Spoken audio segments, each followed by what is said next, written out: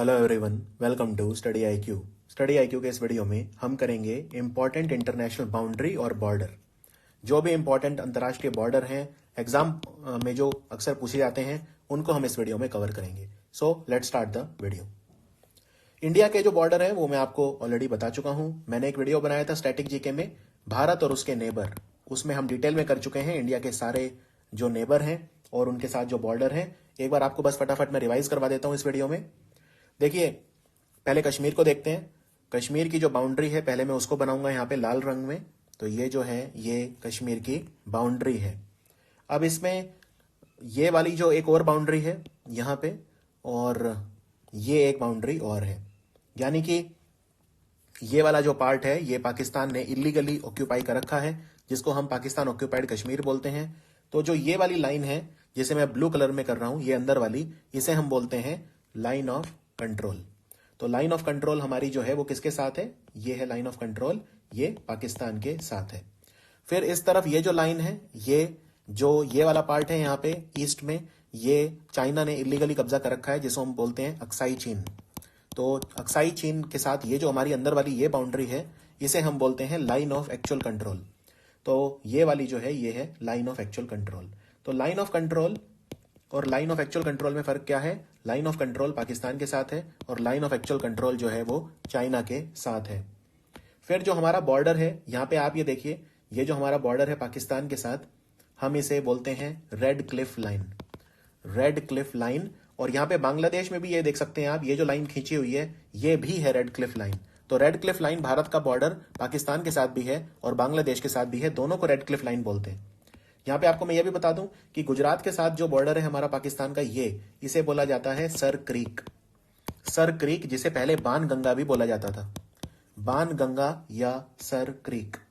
और ये हमारा जो है बॉर्डर है, इसमें सर क्रीक हो गया, रेड क्लिफ लाइन हो गया। फिर यहाँ पे अरुणाचल और तिब्बत का जो बॉर्डर है, ये जो बॉर्डर है, तिब्बत अब क्योंकि चाइना का पार्ट है, तो ये जो हमारा बॉर्डर है अरुणाचल प्रदेश का चाइना के साथ, इसके लिए एक वर्ड हम यूज करते हैं, वो है मैकमाहोन लाइन। मैकमाहोन लाइन। तो मैकमाहोन लाइन जो हमारा बॉर्डर है वो भी चाइना के साथ है। तो अब हम शुरू करते हैं, जो बाकी इंडिया को छोड़ के इंपॉर्टेंट बॉर्डर है वो हम शुरू करते हैं। तो सबसे पहले बात करते हैं 17th पैरेलल की। 17th पैरेलल, अब ये पैरेलल वगैरह ये सब क्या होता है? ये पैरेलल, देखो हमारी जो धरती है, ये धरती है हमारी, बीच में ये है इक्वेटर जिसे हम बोलते हैं भूमध्य रेखा, और ये हो गया 1 डिग्री लैटिट्यूड। ऐसे मतलब ये पैरेलल लाइन चलती है, राइट? तो इसलिए हम इनको पैरेलल बोल देते हैं। अब अगर ये वाली 0 डिग्री है, इक्वेटर 0 डिग्री होता है, तो ये जो इक्वेटर है, मैं इक्वेटर को लाल रंग में दिखा रहा हूं, ये इक्वेटर है, इक्वेटर 0 डिग्री है। तो ऊपर की तरफ जाऊंगा तो 1 2 3 4 5 बढ़ते बढ़ते पोल्स पे 90 आ जाएगा। नीचे जाऊंगा तो अगेन 1 2 3 4 5 6 ऐसे करते करते बढ़ते बढ़ते पोल्स पे 90 तक पहुंच जाऊंगा।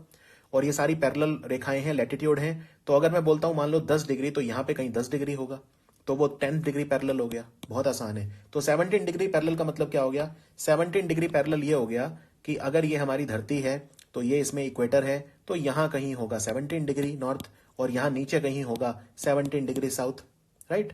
तो 17 पैरेलल है, हम यहाँ पे 17 डिग्री नॉर्थ की बात कर रहे हैं। तो आपको मैं मैप में दिखाता हूं। ये देखो, ये हमारी जो है ये हमारा मैप है 2D में। सो यहां पे ये इक्वेटर है, नीचे इस पे इक्वेटर दिखाया नहीं हुआ है, तो ये इक्वेटर है 0, और ये जो लाइन आप देख रहे हैं ये है 17 डिग्री नॉर्थ पैरेलल।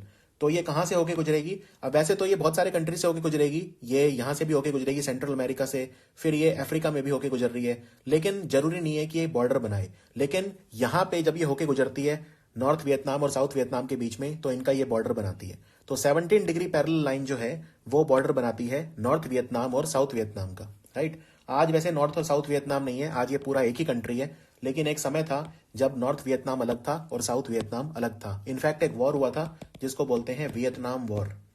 तो वियतनाम वॉर किसके बीच में हुआ था? नॉर्थ वियतनाम और साउथ वियतनाम। उसमें जो अमेरिका था वो साउथ वियतनाम के साथ था।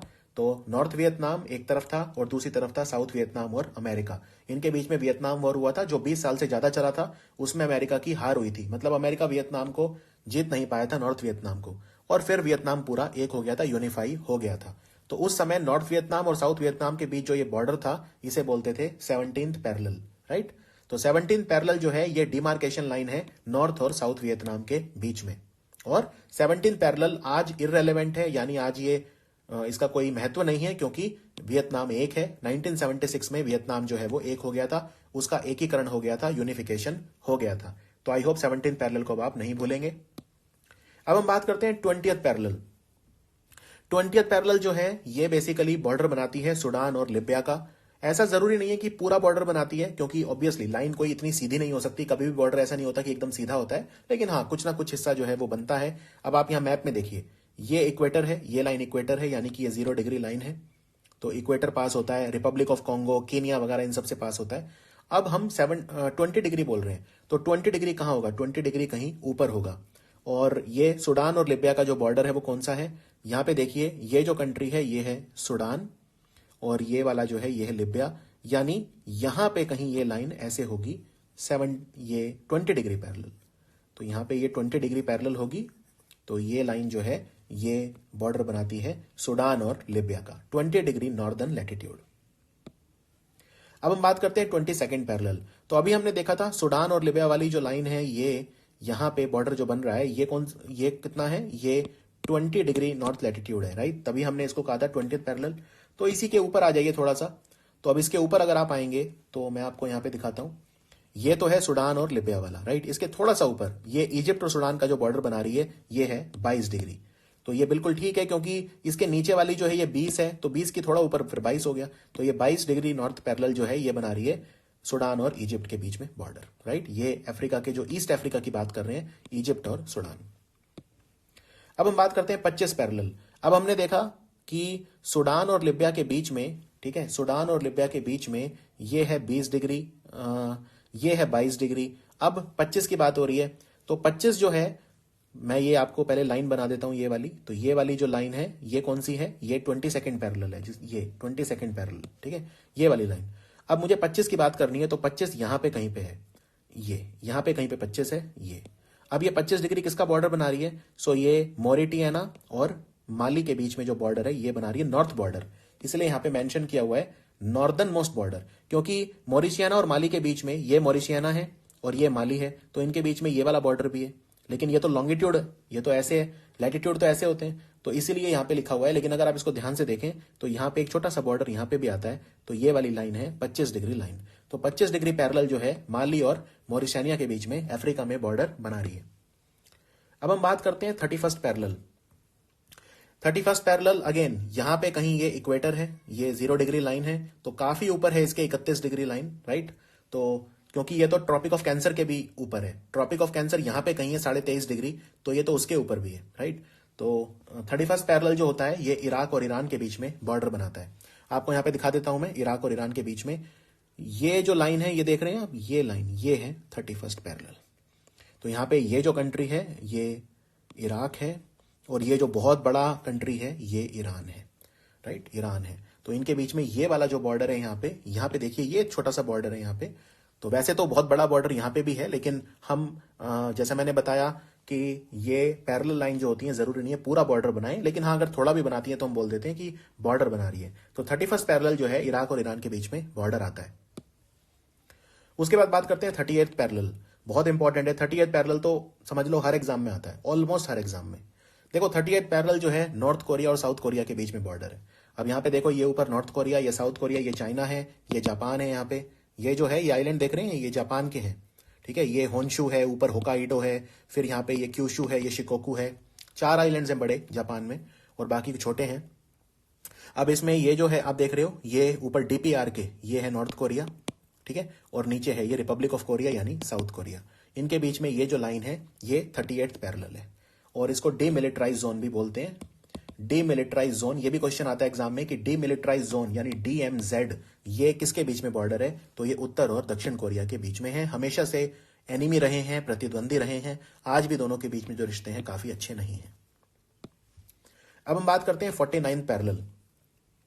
49th पैरेलल आप देख सकते हैं ये काफी ऊपर हो जाएगा, ऑब्वियसली 49 डिग्री लैटिट्यूड की बात कर रहे हैं, तो ये जो लाइन है ये यहां से ऐसे गुजर रही है, तो ये बॉर्डर बनाती है कनाडा और अमेरिका का, ठीक है? लेकिन यहाँ पे अलास्का है, अलास्का अमेरिका का पार्ट है, लेकिन अलास्का का कोई लेना देना नहीं है। अलास्का जो है अमेरिका ने रशिया से खरीदा था, याद रखिए, रशिया से खरीदा था बाद में। तो अलास्का का नहीं बनाती, लेकिन बाकी जो अमेरिका है उसका लगभग सारा बॉर्डर ये लाइन बनाती है और इसको बोलते हैं 49 पैरेलल। तो 49 पैरेलल जो लाइन है ये अमेरिका और कनाडा के बीच में है। और आपको यह भी बता दूं, कई बार ये क्वेश्चन आता है कि सबसे लंबा बॉर्डर कौन से कंट्रीज के बीच में है। दो कंट्रीज जिनके बीच में सबसे लंबा बॉर्डर है तो वो है कनाडा और अमेरिका के बीच में। इससे लंबा जमीन वाला बॉर्डर जो है वो किसी कंट्री के बीच में नहीं है। सबसे बड़ा बॉर्डर दुनिया का है कनाडा और अमेरिका के बीच में। अब हम बात करते हैं हिंडनबर्ग लाइन। इसके पीछे बहुत लंबी कहानी है, संक्षिप्त में बता देता हूं। देखो, वर्ल्ड वॉर 1 चल रहा था, विश्व युद्ध 1 चल रहा था, और उसमें जो एलाइड फोर्सेस थे, एलाइड फोर्सेस जो थे वो ताकतवर होते जा रहे थे। जर्मनी के जो काफी जवान मारे गए थे, तो जर्मनी जो है वो अटैक नहीं कर पा रहा था। तो जर्मनी ने क्या किया, एक डिफेंसिव पोजीशन बना ली, उसको बोलते हैं हिंडनबर्ग लाइन। डिफेंसिव पोजीशन इसलिए बनाई थी क्योंकि जर्मनी के पास जो है गोला बारूद खत्म हो रहा था, पैसा खत्म हो रहा था, युद्ध जो है काफी खिंच गया था, और एलाइड ताकतें हैं वो लंबी, बहुत ज्यादा ताकतवर और जुड़ती जा रही थी। रोमानिया वगैरह जैसे कंट्री भी हैं, एलाइड पावर को उन्होंने ज्वाइन कर लिया था। जर्मनी कमजोर हो रहा था। वर्ल्ड वॉर 1 की बात कर रहा हूं मैं, 1917 की बात है लगभग। तो फिर इन्होंने हिंडनबर्ग लाइन बनाई थी, और हिंडनबर्ग लाइन भी फिर ब्रीच हो गई थी, तो फाइनली जर्मनी बुरी तरह से हार गया था। तो याद रखिए, आज के समय में अगर हम देखें तो ये बॉर्डर हो जाएगा जर्मनी और पोलैंड के बीच में, जो हिंडनबर्ग लाइन है। हिंडनबर्ग बेसिकली जर्मनी के जो मिलिट्री थी उसके जनरल थे, उनके जनरल थे हिंडनबर्ग, जनरल हिंडनबर्ग। उनका ये आइडिया था कि एक डिफेंसिव लाइन बनाते हैं, क्योंकि अटैकिंग के लिए इनके पास जवान नहीं थे, तो डिफेंसिव अप्रोच फॉलो करी थी। तो ये है हिंडनबर्ग लाइन, जर्मनी और पोलैंड के बीच में आज ये बाउंड्री बनाती है। अब बात करते हैं मैनरहाइम लाइन। मैनरहाइम लाइन देखो, अब पहले रशिया नहीं था, पहले यूएसएसआर था, राइट। बाद में टूट गया था यूएसएसआर, तो फिर ये कंट्री सारे अलग हो गए थे। तो ये उस वक्त की बात है जब फिनलैंड और रशिया के बीच में काफी जो है रिश्ते खराब थे, और युद्ध भी हुआ था दोनों के बीच में। तो रशिया और यहां पे कंट्री जो है ये फिनलैंड है। ये जो कंट्री आप देख रहे हैं ये फिनलैंड है, और ये फिनलैंड ने एक लाइन बनाई थी, अगेन डिफेंसिव लाइन थी, ये सोवियत यूनियन के खिलाफ बनाई थी, ये इन्होंने वर्ल्ड वॉर 2 में, राइट। तो इसको बोलते हैं मैनरहाइम लाइन। तो मैनरहाइम लाइन जो है रशिया और फिनलैंड के बीच में है। अब है ओडर नीसर लाइन। ओडर नीसर लाइन भी पोलैंड और जर्मनी के बीच में है। तो ये बेसिकली दो नदियां हैं, ठीक है। मैं आपको दिखाता हूं, ये जो है ये कंट्री आप देख रहे हैं, ये बेसिकली आज का जर्मनी और आज का पोलैंड है, ठीक है। अब इसमें ये जो आप एक बॉर्डर देख रहे हैं, तो इसमें नदियां कहां हैं, तो ये ऊपर आप देख रहे हैं, ये जो नदी बह रही है ये है ओडर, और ये नीचे जो नदी बह रही है ये है नीसे।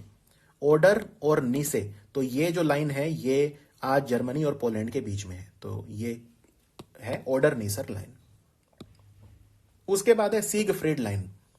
सीगफ्रीड लाइन बेसिकली हिंडनबर्ग लाइन जो है वैसी ही एक लाइन थी वर्ल्ड वॉर 1 में, वो थी सीगफ्रीड लाइन, ठीक है। सीगफ्रीड मैं आपको यहां पे दिखाता हूं, सीगफ्रीड लाइन। तो इसमें बेसिकली क्या है कि फ्रांस और जर्मनी, आज अगर हम देखें तो ये फ्रांस और जर्मनी के बीच में पड़ेगी, राइट।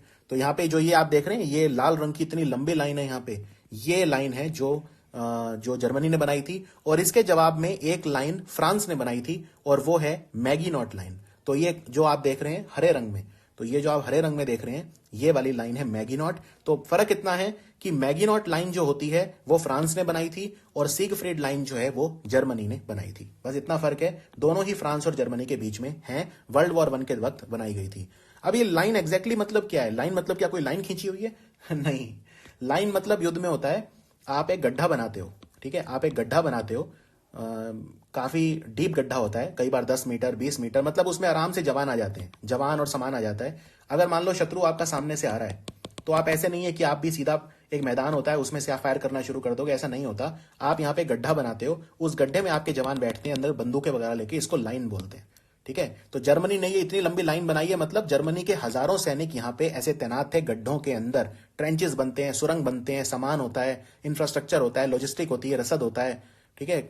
जानवरों का उपयोग भी कई बार किया जाता है सामान ढोने के लिए, आर्टिफिशियल रेलवे लाइन बनाई जाती है। तो ये युद्ध आप वर्ल्ड वॉर 1 आप एक बार फॉलो करें, वर्ल्ड वॉर 1 में चाहता हूं आप डिटेल में पढ़ें, तो आपको समझ में आएगा मैं ये लाइनों की बात कर रहा हूं, सीगफ्रीड लाइन और मैगीनॉट लाइन।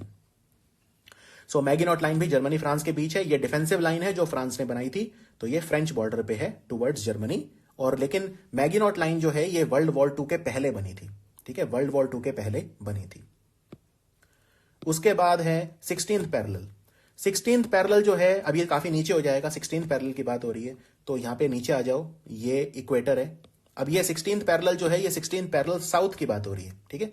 तो नीचे आ जाओ, ये जो आप देख रहे हैं ये है 16 डिग्री साउथ।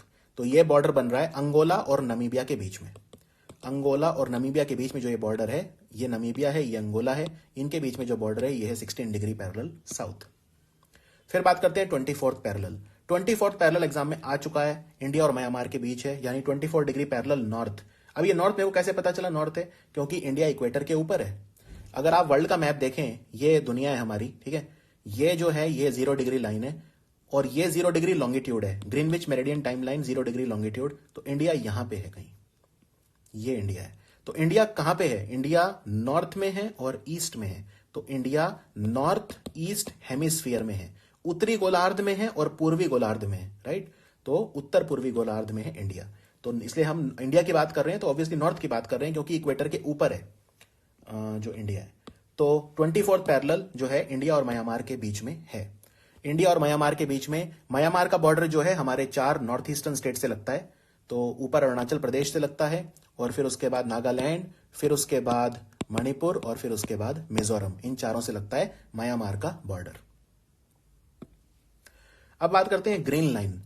ये थोड़ी सी अलग है, बेसिकली ये इजराइल ने युद्ध करे हुए हैं पहले, तो उनमें ये लाइन है ग्रीन लाइन वगैरह। तो ग्रीन लाइन बेसिकली क्या है? इजराइल को वेस्ट बैंक से अलग करती है।